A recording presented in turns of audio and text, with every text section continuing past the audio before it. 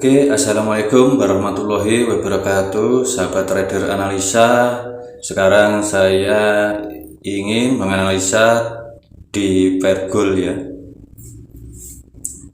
Begini cara saya menganalisa. Dari awal kita buka time frame besar ya di weekly, kita ukur pakai yang namanya Fibonacci-nya di level 0 dan level 100. Nah, seperti ini. Di sini saya melihat market sudah menembus level 161, maka di sini tidak menutup kemungkinan market akan sampai ke level 261. Tapi tentunya kita melihat di sini ada yang namanya supply di weekly ya. Jadi di area sini juga nanti kita harus memantau, karena pastinya market itu bisa saja melakukan retest duluan. Seperti misalnya retest seperti ini, lalu dia melanjutkan ke level 261 seperti itu.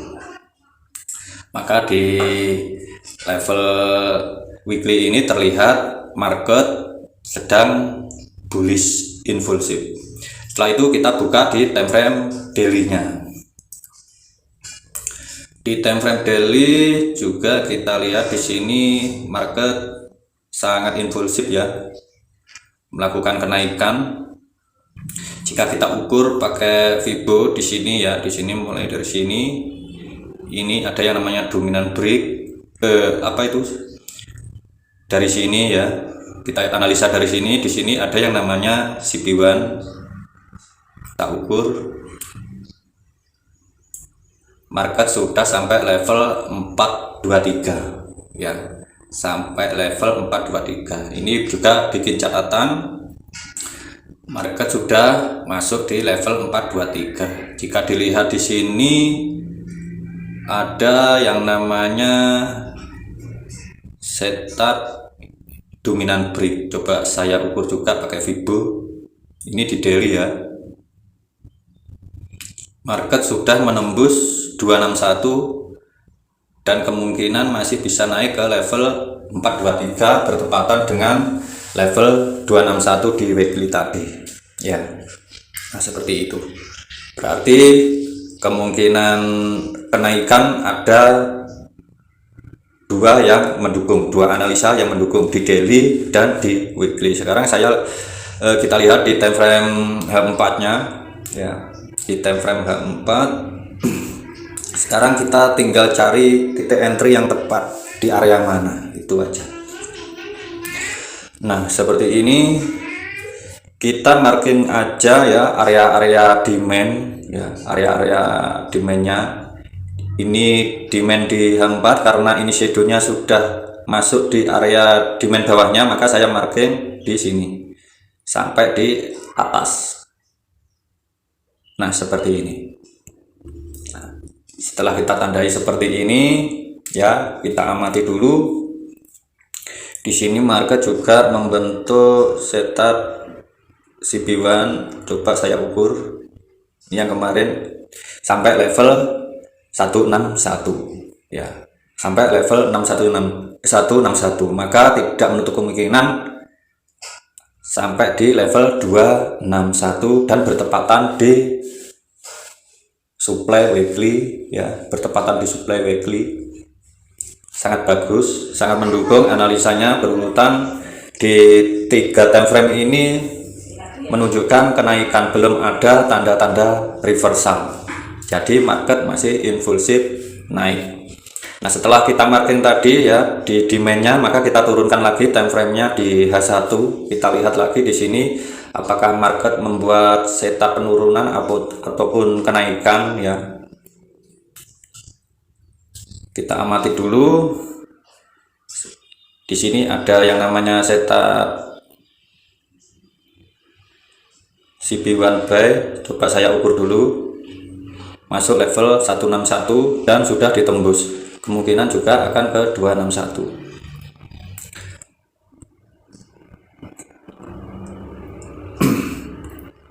Setelah itu kita marking yang namanya area demand lagi ya, area demand untuk menemukan titik entry kita nanti. Di sini ada demand ya, di sini juga ada yang namanya demand.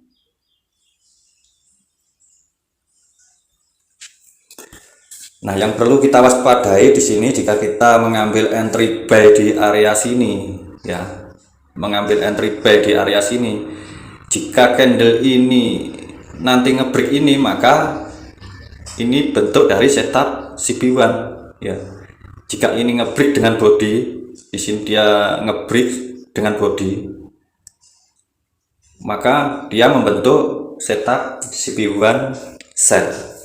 Maka kita harus hati-hati jika open posisi buy di area sini, maka kita ukur dulu pakai Fibo. Jadi nanti sampai level 161 nya di area mana, apakah bertepatan di demand H4 nya tadi, ya. Jika bertepatan di demand H4 nya, maka kita bisa tunggu di area sini untuk entry buy. Nah, seperti itu. Jadi ini dicatat ya, jika ini break candle body, ya, sebentar, jika ini break candle body,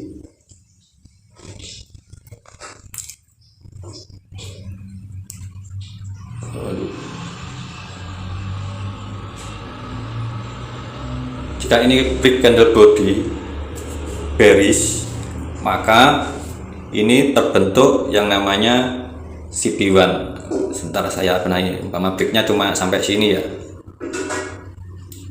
Jika break body, bukan shadow tapi body, maka ini membentuk setup CB1, setup CB1, dan ini candle CB1 nya, maka kita ukur dari sini sampai ke sini. Nah, ini misal seperti ini. Maka area tunggu kita di area 161 dan 261, ya.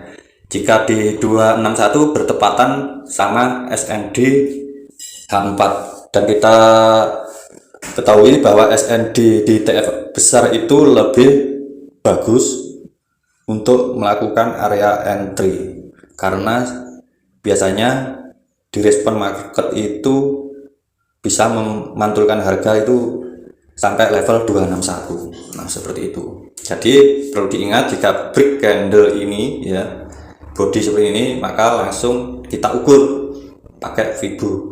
Jadi kita tidak jadi entry di area ini karena sangat rawan. Di sini sudah ada setup dominan, setup CB1 sell seperti itu. Nah, setelah itu coba kita lihat di time frame 30. Jadi itu diingat-ingat ya, di time frame H1 tadi. Nah, di time frame M30 di sini market, ya, masuk SND tadi, masuk SND H1, ya. Sudah masuk SND H1 dan M30 seperti ini. Ini SND nya, bentar, ini SND nya, ya. Nah, ini juga perlu dipantau. Jika ini nanti nge-break body bearish dengan body bearish, maka kita tidak boleh entry buy di area sini, maka kita ukur seperti tadi. Di H1 dan M30 ini memiliki kesamaan, ya, memiliki kesamaan. Makanya saya himbau kepada teman-teman, ya, saya sarankan untuk top down analisis di semua time frame, ya. Jika candle break body, maka masih melakukan retest atau penurunan, karena di time frame besar tadi kita sudah mendapat sinyal kenaikan. Jadi kita tunggu untuk open buy di area 161 ataupun 261 di level Fibonacci, dan tentunya di time frame kecilnya. Nah, sekarang market sudah masuk, ya, kita tunggu nanti jika ini terbentuk CB1 sell, maka kita tidak boleh entry di area sini, maka kita ukur dulu pakai yang namanya Fibonacci. Setelah itu coba kita lihat lagi di time frame M15 seperti apa. Nah, di time frame 15 sendiri ini sudah membentuk setup sell, ya, sudah membentuk setup sel di sini.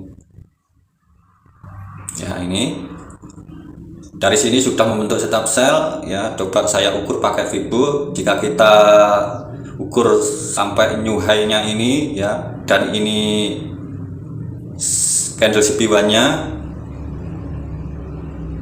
di break, maka kita ukur pakai Vibo seperti ini.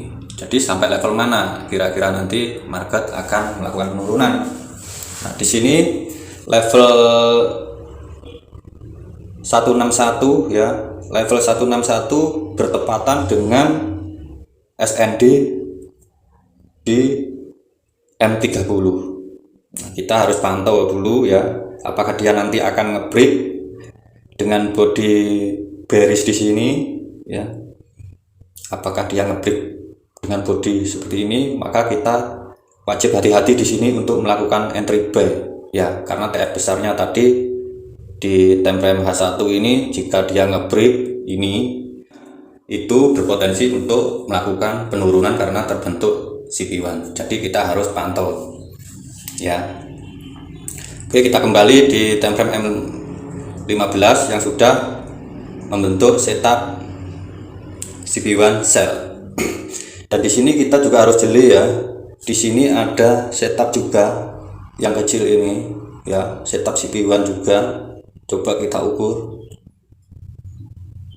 sudah sampai level 261 ya, yang kecil ini. Maka tidak menutup kemungkinan dia sampai ke level 423. Jika dia ngebreak, kita juga harus hati-hati. Jika dia ngebreak ini, jika dia ngebreak support ini, saya tandai dulu ya.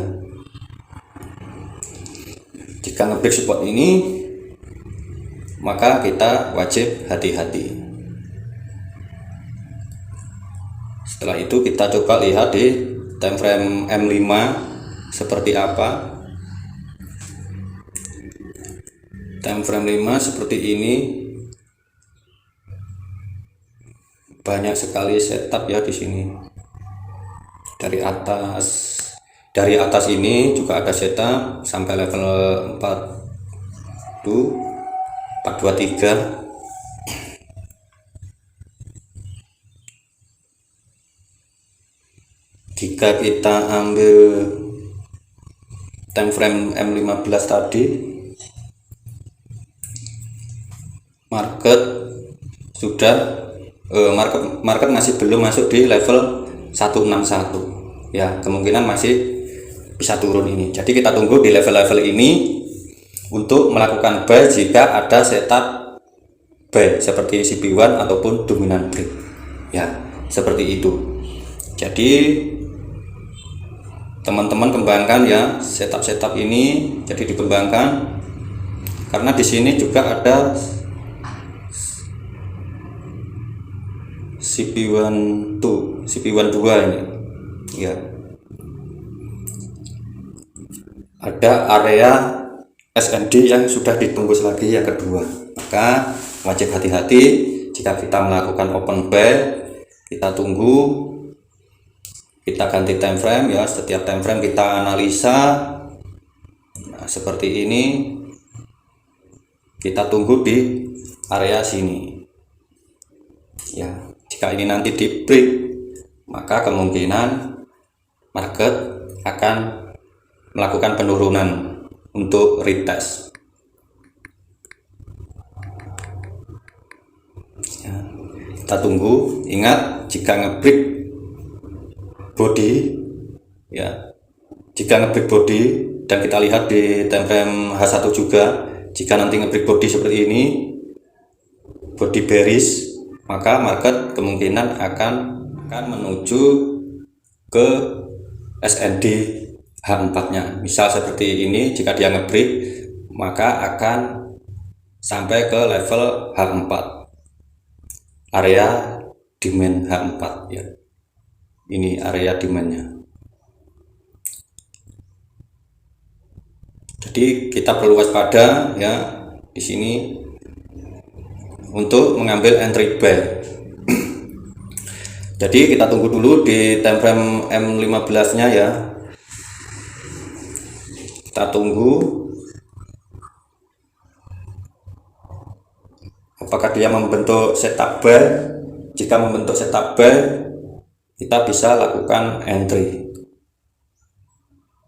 seperti itu. Dan kita lihat juga di time frame M15, jika ada kesempatan atau setup buy ya kita ambil, tapi kita ukurnya Fibo ya di time frame yang ada setupnya tersebut. Jika kita menemukan setup market membentuk setup CB1 di sini, maka kita ukur juga di area sini. Profit juga di area 161 atau 261. Tapi di time frame besar karena trennya naik, maka kita ambil posisi 3 layer ya kalau bisa, tergantung money manajemennya teman-teman ya. Kita ambil 3 layer, yang satu di hold untuk kenaikan seperti sinyal di time frame weekly ataupun di H4 nya tadi. Karena di weekly, di daily dan di H4 ketika sinyal itu menunjukkan kenaikan. Oke teman-teman, mudah-mudahan bisa dipahami. Jika belum paham bisa bertanya di kolom komentar. Dari Trading Analisa saya ucapkan wassalamualaikum warahmatullahi wabarakatuh. Salam profit konsisten dan jadilah trader for living.